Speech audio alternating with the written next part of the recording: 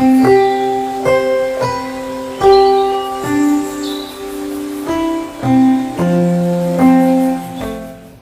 दोस्तों, मैं हूं doctor CP Singh, MD medicine, senior consultant physician, जिज्ञासा हॉस्पिटल मुरादाबाद। आप देख रहे हैं गैलेक्सी यूट्यूब चैनल। दोस्तों, आज हम बात करेंगे इस सीज़न में, यानी बरसात के सीज़न में होने वाली सबसे गंभीर समस्या के बारे में। और ये समस्या है डेंगू और मलेरिया। ये दोनों ही अमूमन बरसात के सीज़न में ही बीमारियां आती हैं और दोनों ही बीमारियां मच्छर जनित हैं। हालांकि दोनों के मच्छर अलग अलग प्रकार के होते हैं। मलेरिया फीमेल एनोफिलीज के काटने से होता है, जबकि आपका जो डेंगू बुखार है वो एडीज मच्छर के काटने से होता है। दोनों मच्छरों की आदतें अलग हैं। जो मलेरिया का मच्छर है वो रात में काटता है और जो डेंगू का मच्छर है वो शाम के समय काटता है। जो मलेरिया का मच्छर है वो साइज़ में छोटा होता है, जो डेंगू का मच्छर है वो साइज़ में बड़ा होता है और उसके ऊपर धारियाँ बनी रहती हैं, इसलिए इसको टाइगर मॉस्किटो भी बोलते हैं। ये काफ़ी निडर टाइप का मच्छर होता है, जो आप उड़ाते रहेंगे लेकिन फिर भी काटता रहेगा और काट के ही मानता है। अब इन दोनों बीमारियों के लक्षण क्या हो सकते हैं, इलाज क्या हो सकता है और इनसे बचने के उपाय क्या हो सकते हैं। मलेरिया का एक खास लक्षण होता है, इसमें जो बुखार होता है वो बहुत तेज़ जाड़े के साथ होता है और ये निश्चित समय पर रिपीट होता है, जैसे 2 दिन में या 1 दिन के बाद लगभग उसी समय जाड़ा आएगा और उसके बाद तेज़ बुखार चढ़ेगा। उसके बाद बुखार उतर जाएगा और आदमी फिर ठीक महसूस करता है। जाड़ा बार बार नहीं चढ़ता, वो दिन में एक ही बार चढ़ता है और एक निश्चित अंतराल के बाद चढ़ता है।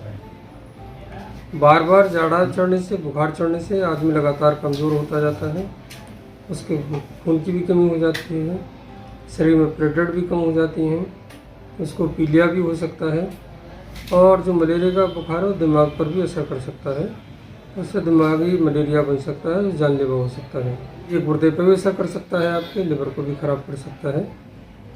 बात करें डेंगू की, तो डेंगू का बुखार बहुत तेज़ बदन दर्द के साथ, जाड़े के साथ दिन में कई बार हो सकता है।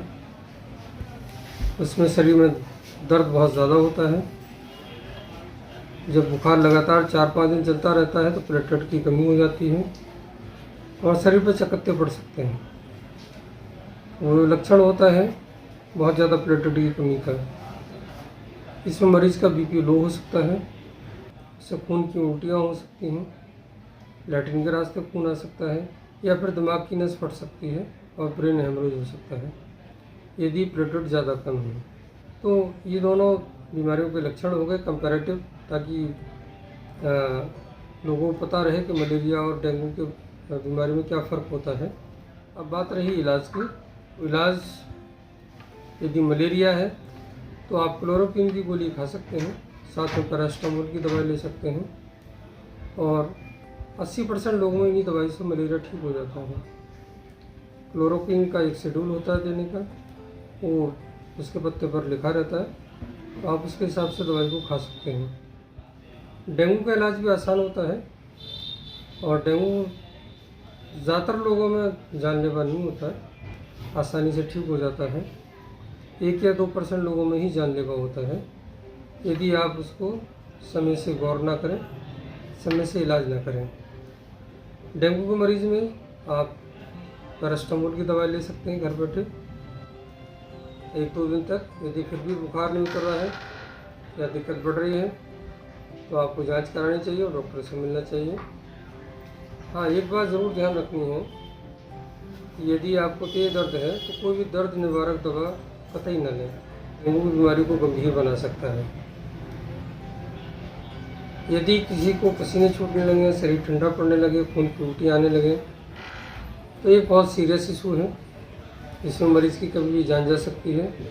तुरंत मरीज़ को भर्ती कराना चाहिए और उसका इलाज कराना चाहिए।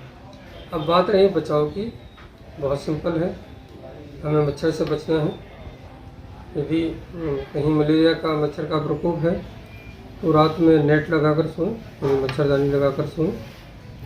मॉस्किटो रिपेलेंट क्रीम लगा सकते हैं। जो आपका डेंगू का मच्छर है वो शाम के समय काटता है, उसके लिए ध्यान ये रखना है।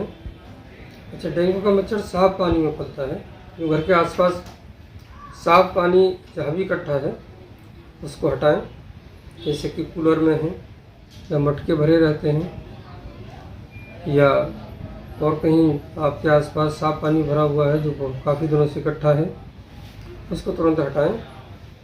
इससे मच्छर जो पड़ने की जगह है वो कम हो जाएगी या ख़त्म हो जाएगी, तो मच्छर जल्दी ख़त्म हो सकते हैं। दूसरा, शाम को यदि घर से बाहर निकलें पूरी बाजू के कपड़े पहनकर निकलें, जूते पहनकर निकलें और हाथ पैरों पर चेहरे पे मॉस्किटो और रिपेलेंट क्रीम लगा कर निकलें। ये बचने को उपाय हैं। यदि आप मच्छर से बचे रहेंगे तो बीमारी से भी बचे रहेंगे। अपना ध्यान रखें और स्वस्थ रहें। धन्यवाद।